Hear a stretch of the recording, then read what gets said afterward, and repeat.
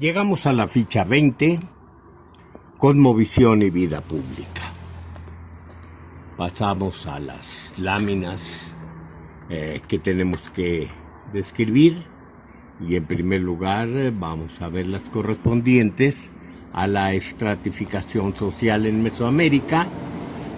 Son muy conocidas todas estas construcciones piramidales, en este caso la maya, elaborada por don Alberto Ruz y que está consignada en la Sala Maya del Museo Nacional de Antropología, en la que vemos que está el señor, el rey, abajo de él los grandes nobles, luego viene una nobleza menor en la que destacan los militares, tendríamos después hombres que se dedican a la artesanía, al comercio, y en la parte baja tenemos a los agricultores. Esto es una visión de conjunto en la que evidentemente hay estas grandes secciones de la vida cotidiana, de las relaciones que se dan en la vida cotidiana. Pero tenemos que tener presente que en la organización de los pueblos mesoamericanos, la división básica, la división fundamental, es de dos grupos sociales. Por un lado, los plebeyos y por otro, los nobles. Los plebeyos en lengua náhuatl recibían el nombre de macehuales. Macehuali en singular, macehualtin en plural. Mientras que los nobles eran en singular pili y en plural pipiltin. Entonces, la división entre macehualtin y pipiltin es la que nos va a dar la base para estudiar todo el conjunto de las relaciones. Entonces, pasamos con esto a la lámina 4, en la que se ven algunas de las diferencias sociales. Tendríamos por una parte a los nobles dedicados a la dirección y por otro lado los pipiltin dedicados a la agricultura o a otras funciones, en este caso funciones muy humildes como las de cargadores, que eran las encargadas de sustentar con las materias primas a la sociedad. Las diferencias entre ambos eran notables en todo sentido. Una de ellas sería precisamente la cuestión de la indumentaria. Un macehual no tendría derecho a usar, dijéramos, una tilma pintada de algodón como la que usaban los nobles. No pintada, decorada. No podía usar esas prendas. Tenía que usar una manta también, pero que no le llegara tan abajo, que no pasara la rodilla, era arriba de la rodilla, y sobre todo la fibra no era algodón. La fibra era enequén, con un tratamiento incluso que hacía la tela no demasiado áspera, pero nunca comparable con una tela de algodón. Eran mantos blancos totalmente, y como les digo, para que llegara más abajo de la rodilla, tendría que existir una justificación muy grave. Una de ellas, que es la de la que nos hablan las fuentes documentales, es que hubiera sido un militar que en combate hubiera recibido una herida, que hubiera dejado una deformación o una cicatriz demasiado fea que el antiguo militar tendría derecho a cubrirse. Pero yo creo que estos casos eran verdaderamente excepcionales. También había grandes diferencias en cuanto a la alimentación. Un noble podía comer cosas que un plebeyo no podía comer. Entre ellos es muy notable el chocolate, por ejemplo. Todas las justificaciones son de carácter absurdo. El chocolate es muy fuerte, el chocolate embriaga, el chocolate hace que una persona que no tenga la consistencia anímica de un noble no pueda tolerar. Pero nosotros sabemos de sobra que todas esas no son más que justificaciones que están encubriendo derechos que de otra manera no se pueden sustentar. En cuanto a la construcción de las casas de los nobles no podían tener grandes adornos, estos adornos de estas placas, por ejemplo, que se colocaban en las azoteas de las casas con algún distintivo. No podían exceder una cierta altura. En fin, se marcaba siempre la diferencia entre los nobles y los plebeyos. Vamos a la lámina siguiente por un caso que inmediatamente resalta. ¿Qué pasa con aquellos que son menos que plebeyos? Aquellos que son esclavos. Aquí hay una gran discusión del uso en español de la palabra esclavos. Y es curioso que en este caso, aunque Castillo Farreras y yo concordamos en tantos puntos en el estudio del México antiguo, aquí pensamos diferente. Para Castillo Farreras no es conveniente usar en español la palabra esclavo. ¿Por qué? Él dice que la situación de estas personas era muy distinta de la esclavitud, que no llegaba a límites tan rígidos. Yo sostengo que es mucho mejor utilizar el término en español, explicando cuál es la circunstancia de los esclavos en el México antiguo. Estoy totalmente de acuerdo con él en que es algo especial, pero también tenemos que ver que dentro del término esclavo, que nosotros utilizamos para aplicarlo a distintas sociedades humanas de distintas partes del mundo, de distintas épocas, utilizamos la palabra esclavo sin pensar necesariamente que todos los esclavos en todo el mundo hayan tenido el mismo tipo de sujeción. No es lo mismo una sociedad esclavista romana que una sociedad o griega.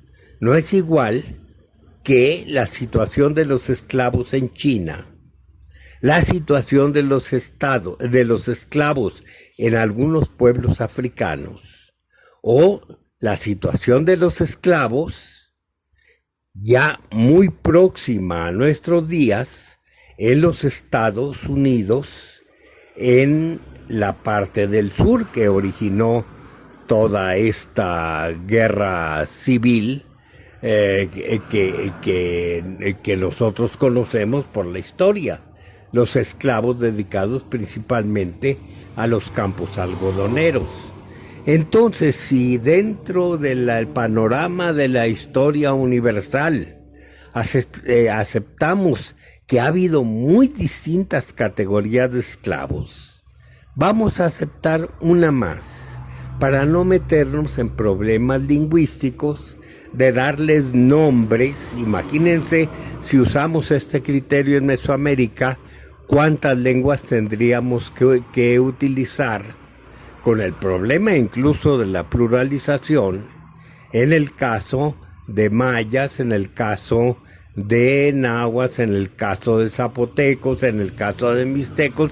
Todos tenían esclavos, y entonces no vamos a llamarles tlacochtli a todo esclavo de cualquier sociedad. Tendríamos que darle el nombre de su propio origen. Entonces, por cuestión simplemente de facilidad de uso de la lengua, yo prefiero que usemos la palabra esclavos, siempre que seamos cuidadosos en el momento en que estamos definiendo qué es un esclavo, incluso dentro de pueblos de Mesoamérica. No es lo mismo esclavo dentro de la categoría de los mayas que esclavos en el centro de México. De los que más tenemos informes es precisamente de los del centro de México. Entonces, con base en esto, vamos a plantear una división existente entre los esclavos. Los esclavos son o esclavos comunes o esclavos de collera. Aquí en esta ilustración de la lámina 5, los tres dibujos que se incluyen se refieren precisamente a esclavos de collera. Las colleras son más incómodas, más bromosas en los esclavos que están representados en el glifo, todos representados dentro del glifo que significa mercado, que es el de la parte superior izquierda. Es un círculo grande y un círculo concéntrico menor. Esto significa mercado, y aquí tendríamos representando tanto los compradores como los vendedores de esclavos, e incluso tendríamos las actividades que puede hacer una esclava que está señalada en la parte inferior de los discos, que se nota que está con un copo de algodón sin hilar en la mano derecha, mientras que con la izquierda está dando vuelta a un malacate para hacer el hilo. Tendríamos del otro lado una familia de esclavos. Esto va incluso en contra de las fuentes documentales que nos dicen que los hijos de esclavos no eran esclavos. Aquí la situación del dibujo es totalmente diferente. No podemos saber qué es, cuál fuente es la buena, si la documental o la pictórica, pero lo cierto es que aquí se nos presenta toda una familia de esclavos de collera, y en la parte de abajo un juicio en donde se está determinando que dos personajes, los dos centrales, sean esclavos de collera. ¿A qué se refiere esto de la collera? Primero tendríamos que explicar que para ser esclavo se necesita haber caído por pena o por voluntad propia en esta situación. Retomamos la descripción de la lámina 5 de la ficha 20 y tendríamos que decir que los esclavos podían ser de un origen tanto plebeyo como noble. Esto es la primera característica. No se necesita ser plebeyo para caer en esclavitud. Pero en segundo lugar, que puede ser una situación meramente transitoria, no definitiva. Y en tercer lugar, que esto solo puede suceder a quien por voluntad propia va a caer en esa situación, como aquel que comete algún delito cuya pena sea precisamente ser esclavo. ¿De qué se trata esto?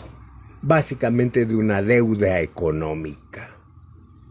Si nosotros pensamos en gente que a sí misma se convierte en esclavo, tendríamos que pensar en gente que quiere disponer en un tiempo determinado de los beneficios de un préstamo, vamos a suponer. Alguien que quiere darse una gran vida y para esto necesita una gran cantidad de bienes que no tiene. Entonces, ¿qué hace? Se vende. Se vende con el propósito de disfrutar primero de todos aquellos bienes que necesita o con los que pretende satisfacerse, y luego cae en esclavitud pensando que algún día se rescatará.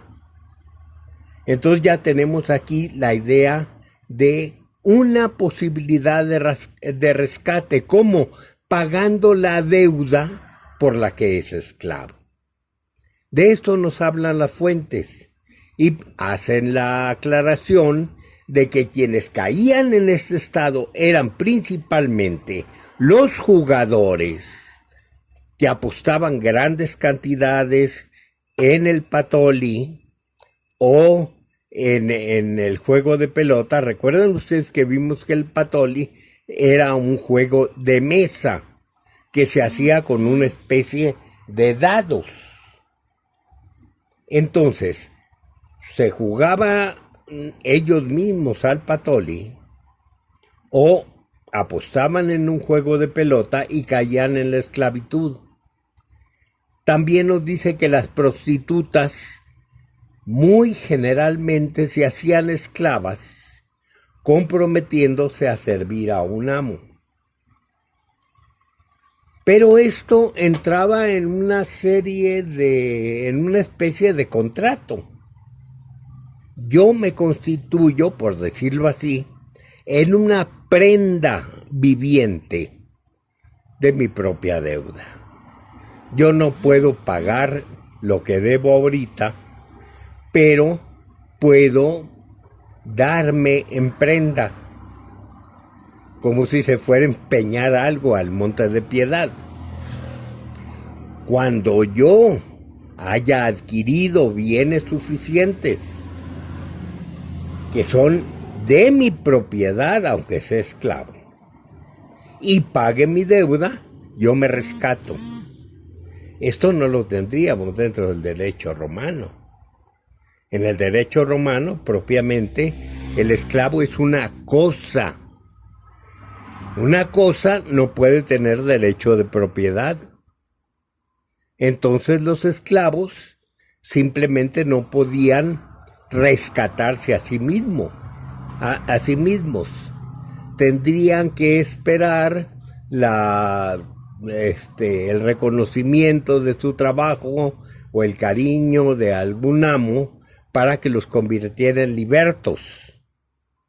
Pero un esclavo no podía autoconvertirse en liberto en el derecho romano. Aquí sí. Otra gran diferencia, aquí hay un contrato.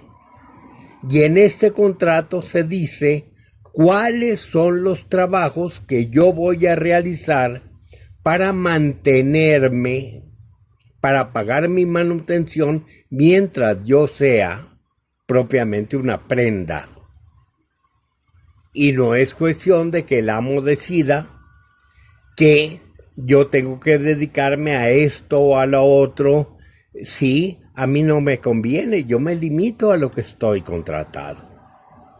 Otra de las grandes diferencias, No hay disposición sexual del amo sobre los esclavos. El esclavo es libre sexualmente, pero incluso hay leyes que dicen qué pasa si hay relaciones libres entre el amo y una esclava, la esclava queda embarazada y nace un niño producto de aquella unión. En ese caso se rompe el contrato. Entonces, hay limitaciones de este tipo. Otra limitación, en el derecho romano yo tendría la facultad de vender a mi propio esclavo, si es una cosa. En el derecho de los antiguos nahuas no era permitido que alguien vendiera a su esclavo a otra persona si no era con su autorización, con la autorización del esclavo. Entonces, tiene Víctor Castillo mucha razón cuando dice que hay que señalar estas grandes diferencias para no confundir la calidad de esclavo en el México antiguo con otros tipos de esclavitud. Pero, ¿qué era lo que pasaba? En caso de que aquellos esclavos sujetos a contrato no cumplieran sus obligaciones de esclavitud, entonces era cuando se les llevaba a un juicio y en ese juicio se determinaba su situación de esclavos de collera. Pero antes que esto, vamos a ver por qué dentro del derecho penal también hay leyes que condenan a la gente a la esclavitud. Vamos a pensar las cosas comparándolas con nuestros días, aunque es un abuso histórico, pero de todos modos sería más claro. ¿Qué es lo que pasa comúnmente en el derecho penal positivo, dijéramos aquí en México? Alguien comete un delito en contra de una persona. Puede ser robo, puede ser homicidio, puede ser lesiones, muchos delitos pueden ocasionar que una persona dañe a otra, pero al dañarla le ocasione consecuentemente daños de carácter económico. O sea, si yo soy un ladrón, robo a alguien, ¿cómo lo recompenso de lo que lo robé? Pues le devuelvo lo robado. Pero vamos a suponer que yo soy un ladrón, que me robo algo y no puedo restituir lo que me robé porque lo destruí o lo consumí o lo vendí. No tengo con qué pagar. Entonces, ¿qué es lo que se hace? Yo quedo en deuda. El ofendido queda como acreedor de un derecho que es un derecho civil, una deuda que nace de una infracción penal, que es otra esfera del derecho. Pero aquí una esfera del derecho incluye la otra. Está causando consecuencias en otro ámbito jurídico. Entonces, esto era lo que sucedía también en el México antiguo.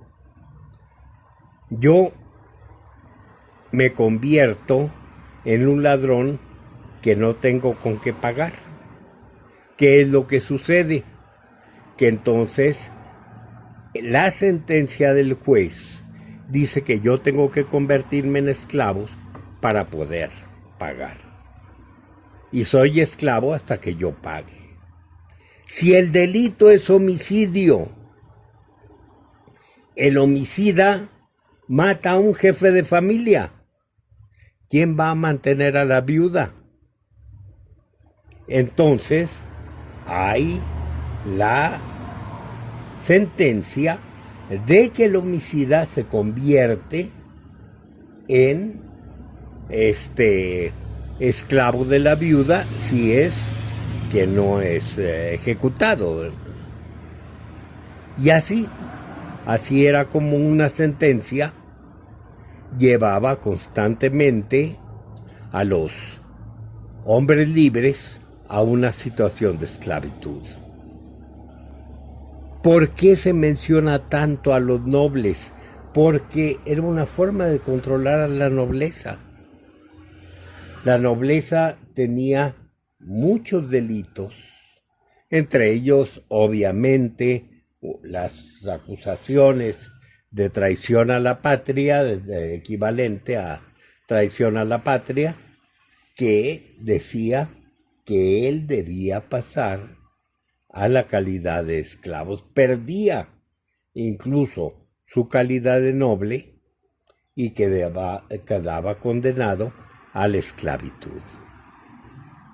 Entonces, con esta explicación vamos a pasar a los esclavos de collera. Aquel que siendo esclavo no cumplía con sus compromisos de esclavitud, entonces era condenado a recibir otra calidad, a caer en otra calidad que era la de esclavos de collera. La collera era de madera. ¿Cuál era la utilidad de esa collera?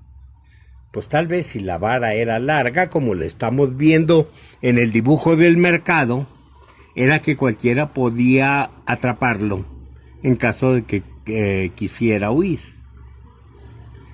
Esto también tenía sus leyes bastante extrañas, entre otras, si alguien huye siendo esclavo de collera y lo detiene una persona que no es de la familia del dueño, el esclavo de collera queda libre y queda como esclavo el que lo detuvo. Cosas bastante raras del derecho, pero es lo que nos dan a entender, es lo que nos dicen algunas fuentes. Pero la situación del esclavo de collera es muy grave. Aquí ya no hay el derecho de decir que no quieren ser vendidos a otra persona. Los esclavos de collera pueden ser vendidos en el mercado. ¿Qué es lo que pasa con esta venta? Que los pueden adquirir los comerciantes, y esto es peligrosísimo. ¿Por qué? Si un comerciante adquiere un esclavo de collera en el mercado, él puede contribuir a los sacrificios humanos de su culto, llevando al esclavo a una fuente especial, en el caso de Mexicotenochtitlan, a una fuente de Chapultepec. Ahí lava al esclavo, o sea, le quita su calidad de esclavo en esa fuente sagrada, y entonces lo vende como si fuera un cautivo que él ha hecho en la guerra. Esto solo podían hacerlo los comerciantes. ¿Por qué? Porque los comerciantes tenían funciones militares que no les permitían hacer cautivos de guerra. Un ejército puede hacerlo fácilmente. Hay un combate y en el combate se hacen cautivos de guerra y se regresa con ellos. No son esclavos, son mamaltin, singular mali, plural mamaltin, quiere decir cautivos. estos pueden ser dedicados a los dioses. Pero los comerciantes que salen en una expedición mercantil, vamos a suponer, tenían funciones militares y de espionaje, hacen cautivos, no van a andar cargando en todo el tiempo que anden de comerciantes con gente a la que tienen que mantener. No les conviene hacer cautivos de guerra. Entonces, a ellos se les deja comprar a aquellos individuos que pueden ser destinados al sacrificio como si fueran mamaltín, pero que en realidad tienen un origen de esclavos, limpiándolos de la esclavitud en esa fuente sagrada. Entonces, con esto pasamos a la siguiente ficha. ¿Por qué tratamos este tema de la esclavitud con tanto detalle? Precisamente porque está afectando, la esclavitud afecta el cuerpo humano en todas aquellas partes que son propiamente anímicas, entidades anímicas.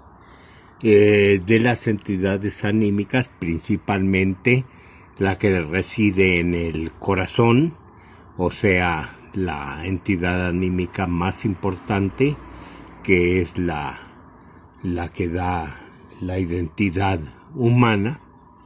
Entonces, un hombre que cae en esclavitud recibe como una característica extraña el sobrecalentamiento de su alma esencial. ¿Cómo sabemos esto? Simplemente por algunas etimologías que son interesantes. ¿Cómo se dice hombre libre? Se dice Yulo Itztik. Si traducimos literalmente, esto es el que tiene el corazón frío. O sea, aquel que no tiene el corazón recalentado por la esclavitud. Pasamos a la siguiente palabra. ¿Cómo se dice horro? O sea, ¿cómo se dice liberto? Liberto se dice Tlaca-Xoxouqui, hombre verde o crudo. O sea, es un hombre que ya no tiene sobrecalentado el corazón. Es como si hubiera bebido mucho pulque y el pulque le hubiera enfriado y lo hubiera convertido en crudo. Pero esto es una cosa mucho más seria. Es una situación del corazón. Entonces es un hombre con corazón crudo. Ya se revirtió el calor. También se dice Yolo Xoxouqui. Aquí no se dice hombre verde, sino corazón verde o crudo. Llegamos a lo mismo, el alma más importante es la que reside en el corazón. Pero luego tendríamos una palabra que es muy, muy interesante. Tlacuitlatlazali, o sea, al que se le ha arrojado mierda. Aquí ya esto sí requiere que se aclare que una de las formas extrañas de adquirir la libertad es el contacto precisamente con algo que se supone originado en la parte inferior del cuerpo, que es la parte fría, en los intestinos. Entonces, la mierda, independientemente de cuál es su temperatura, tiene naturaleza fría. Si alguien que tiene que tiene la calidad de esclavo va y pisa dentro del mercado, que se supone que es un lugar muy limpio, dentro del mercado pisa un excremento humano, queda por este solo hecho libre. Es una de las cosas raras que establece la ley. ¿A qué se debe? Supongo yo que a esta calidad muy fría de la mierda humana. Entonces, aquí el que ya tuvo contacto con la mierda, aquel al que se le ha arrojado mierda, de acuerdo con la traducción literal de Tlacuitla Tlazali, es el que queda horro, queda libre. Pero vamos a ver otro caso que también abonaría el hecho de que hubiera herencia de esclavitud, cosa distinta a la que dicen algunas fuentes documentales. El hijo de esclavo se llama Tlemaik in Otlacat, o sea, nació en el Saumador, nació en una situación de extremo calor. Entonces, los tres significados, hombre libre, horro e hijo de esclavos, nos conducen exactamente a lo mismo. Un exceso de naturaleza caliente. Y esto nos llevaría a tratar de investigar lo anterior, que no se ha hecho hasta ahorita, porque la esclavitud es considerada generadora de ese sobrecalentamiento. Vamos a dejar aquí el tema de los esclavos y vamos a ver otro que se vincula al poder. ¿Cuáles son las fuentes que nos hablan del poder en Mesoamérica? Pues muchísimas fuentes. En todas ellas tenemos una cierta idea de que el poder, cuando menos el poder en la antigüedad, esto lo podemos ver entre los olmecas, suponer entre los olmecas, que el poder lo adquiera alguna persona que está vinculado de alguna manera, de una forma, en una forma muy fuerte, en un grado muy fuerte, con la divinidad. O sea, tendríamos que pensar que el gobernante tiene mucha más fuerza divina que el resto de la comunidad. Vamos a tratar de explicarlo esto con el linaje. ¿Qué es el linaje? Volvemos al tema que vimos ya dentro de esta ficha. El linaje es una línea propiamente particular de descendencia de un conjunto y que provienen de un ser común inicial.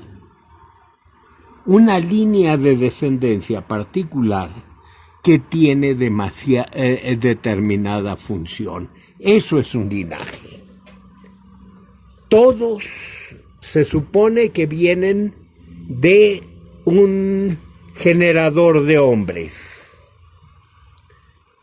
Pero entre todos los hijos hay un hijo que es el que está más próximo al padre, que hereda su situación principalmente a su descendencia, pero a su hijo mayor. Y este hace lo mismo con el mayor, o sea, dentro de cada uno de los linajes llega a haber también uno que es el mayor representante del linaje. ¿Cuáles serían estos linajes? Bueno, podemos decir que uno sería, de acuerdo con las antiguas creencias, uno sería ser tío de un dios. ¿Qué quiere decir eso? Que él y su linaje están encargados del culto a un dios, a ese Dios particular, incluso tienen su imagen, la cuidan, la visten, le ofrecen fuego, le ofrecen copal, etcétera. Son los encargados, la familia encargada de aquel culto. Otra de las familias tiene otra función de linaje. Son los que llevan la historia, la tradición. Cuando ya hay códices, son los que escriben los códices. No es nada más la profesión a la que cualquiera se dedica, no. La hereda de su padre, de su abuelo, de su bisabuelo, es el encargado de hacer la historia. Otro linaje, el de los militares. Ya no es cuestión, como en una sociedad sin linajes, que quien comanda en la guerra es aquel que tiene más aptitudes que puede ganar y que puede perder, y lo cambian y ponen a otro que es mejor. No, aquí ya no. Ya en una existencia de una sociedad de linajes hay una ascendencia que en algún punto marca al hijo del gran origen, que fue el que heredó la posibilidad de dedicarse a la guerra, y entonces de ahí vienen un linaje de militares. Y otro será el de juez, y otro será, en fin, hasta que llegamos a uno que es el más cercano, el más directo al mayor, al hijo mayor, que es el de gobernante supremo. Y tenemos las familias que podemos considerar reales. Y de esas familias reales tendría que verse cuál de ellos es el que responde mejor a su cercanía con el Dios patrono. Entonces, si entendemos esta idea de que el gobierno nace por linajes, pero todo el conjunto perteneciente al mismo origen, esto se justificaría porque el gobernante en algunos casos recibe el nombre de hermano mayor, que esto lo tenemos en grandes gobernantes, y lo tenemos también en los gobernantes menores de cada calpulli. El gobernante del cada calpulli, habíamos dicho, se llama Tiashkao, o sea, el hermano mayor es el que gobierna. Entonces, esto sostendría que en un origen los gobernantes fueron con base en una idea muy, muy similar a la idea del parentesco. O sea, el gobierno nace de la calidad parental. Y esto nos habla nuevamente de un régimen gentilicio, al menos de origen. Vamos a dejar aquí el problema y pasamos a la ficha 9 dentro de unos instantes.